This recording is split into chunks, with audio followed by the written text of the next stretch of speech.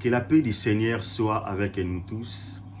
Que la paix du Seigneur dans votre famille, que la paix du Seigneur dans le pays que vous êtes, que la paix du Seigneur dans notre pays, que la paix du Seigneur dans votre ministère, dans votre assemblée, que la paix du Seigneur, la paix qui surpasse toute intelligence sur tes enfants, que la paix du Seigneur dans cette semaine qui débute déjà, que la paix du Seigneur dans votre santé, que la paix du Seigneur, l'amour de Dieu soit votre partage, que la communion du Saint-Esprit soit votre partage aussi.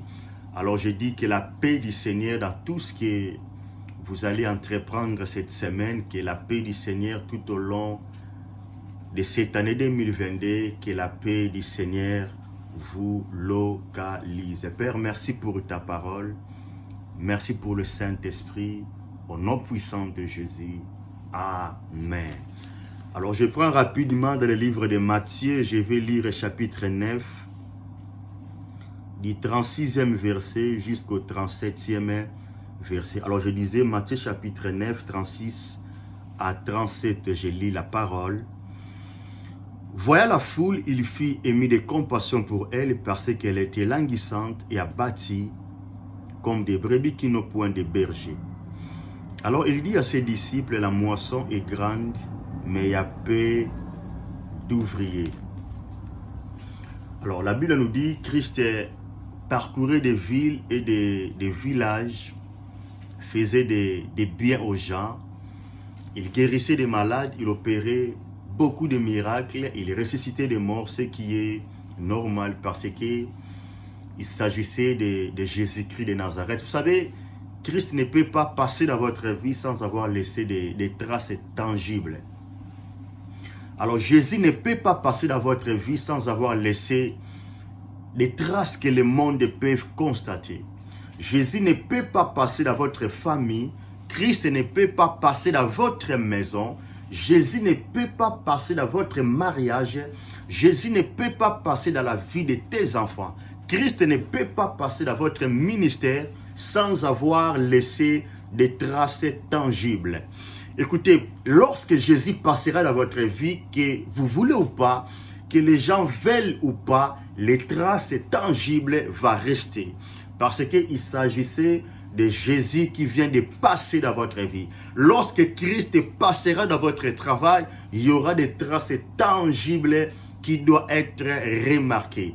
Alors la Bible nous dit, Jésus parcourait des villes et des villages, il faisait beaucoup de miracles, il faisait beaucoup de biens, il ressuscitait des morts, il opérait dans des miracles. Mais chose étonnante, lorsqu'il arrive dans le 36e verset, la Bible nous dit, voyant la foule, il fut ému de compassion parce qu'elle était languissante. Vous voyez, Jésus opère des miracles, Jésus ressuscitait des morts, mais lorsqu'il vient quelque part et il a constaté une grande foule qui vient auprès de lui, la Bible nous dit, Jésus fut ému de compassion. Retenez ces mots, ému de compassion. C'est ce qui nous manque dans l'église d'aujourd'hui. Avoir la compassion. Lorsque Jésus a vu la foule, la première des choses, il était ému de compassion. Alors il se dit à lui-même, cette foule sont comme un peuple de brebis, mais qui manque un berger pour les paître. Vous voyez. Donc, la compassion que la Bible nous parle ici, il s'agit de la compassion d'un berger envers des troupeaux dont l'Éternel lui a confié pour paître. Vous voyez. Alors, j'ai toujours dit, je ne peux pas croire à un miracle sans la compassion. Non. Écoutez, si l'humilité précède la gloire, la compassion précède un miracle. Je répète, si l'orgueil est précédé par la chute, mais la compassion précède toujours un miracle. La compassion précède toujours un prodige. La compassion précède toujours un miracle tangible. Alors, il fut émis de compassion parce que pour Jésus, cette foule sont comme des brebis qui manquent un berger. C'est un peu comme l'église d'aujourd'hui. Vous voyez, il y a beaucoup des assemblées, il y a beaucoup des églises, mais lorsque Christ regarde l'église d'aujourd'hui, pour Jésus, c'est comme si l'église d'aujourd'hui manque un berger. Pourquoi? Parce qu'il ne manque pas de miracles, parce qu'il ne manque pas de prodiges, mais parce qu'il manque la compassion. Vous voyez, vous savez, quand on parle de compassion, c'est partager la souffrance avec la personne qui souffre devant vous. La grâce est très différente de la compassion. La tristesse ou avoir pitié de quelqu'un est très différente de la compassion. Je peux regarder la personne qui souffre, je dis c'est pitié, oh j'ai la tristesse pour lui. Mais par contre, je n'ai pas partagé la même douleur que la personne. Tandis que quand on dit avoir la compassion de quelqu'un, avoir la compassion d'une personne, c'est-à-dire vous arrivez à partager la même souffrance comme la personne qui souffre devant vous. Je répète. Imaginez-vous la personne est malade devant vous. Alors, vous regardez la personne qui souffre, vous regardez la personne qui traverse beaucoup de problèmes, beaucoup de galères. Alors, vous dites, j'ai la compassion de la personne. C'est-à-dire, vous êtes en train de dire, je vais en aide de la personne. Parce que, après avoir compati des personnes, la personne qui compatit finit toujours à venir en aide de la personne. Je ne sais pas si je me fais comprendre. C'est-à-dire quoi? Je regarde la personne qui est malade, j'ai la tristesse, mais la compassion me pousse à aider la personne qui souffre. Alors, l'église d'aujourd'hui manque la compassion. Or, tu ne peux pas opérer dans des miracles si tu n'as pas la compassion.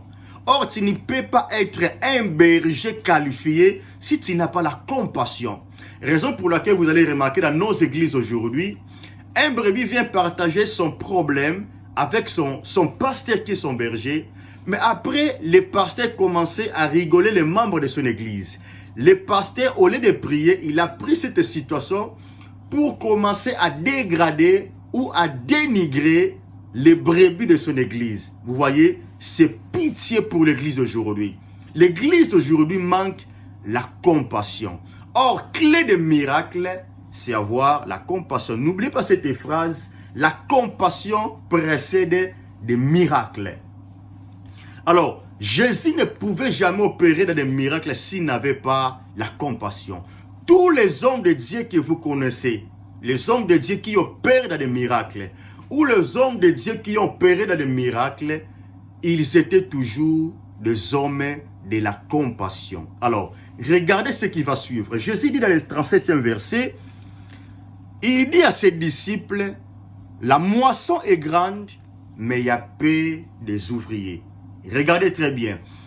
La moisson est grande, mais il y a peu des ouvriers. C'est-à-dire pour Jésus, il y a beaucoup des assemblées, il y a beaucoup des églises, il y a beaucoup de synagogues, il y a beaucoup même de bergers. Mais parce qu'il n'y a pas la compassion dans leur cœur, pour Jésus, il n'y a pas de bergers, il n'y a pas des ouvriers. Je répète, il dit, la moisson est grande. Il y a beaucoup des églises, il y a beaucoup des assemblées, mais il y a peu de bergers, il y a peu de bergers. Pourquoi? Parce que les qualités des bergers ne dépendent pas de leur quantité. Je répète, les qualités des bergers ne dépendent pas de leur quantité. Pour Jésus, ce n'est pas les quantités qui comptent, mais c'est la qualité. Il y a beaucoup de bergers, mais parce qu'il y a peu seulement qui ont la compassion. Alors Jésus conclut en disant, non. Il y a beaucoup de bergers, mais il y en a peu qui ont la compassion. Alors dans l'autre terme, il dit, il y a beaucoup des ouvriers, mais la moisson est grande. La moisson est grande, mais il y a peu des ouvriers.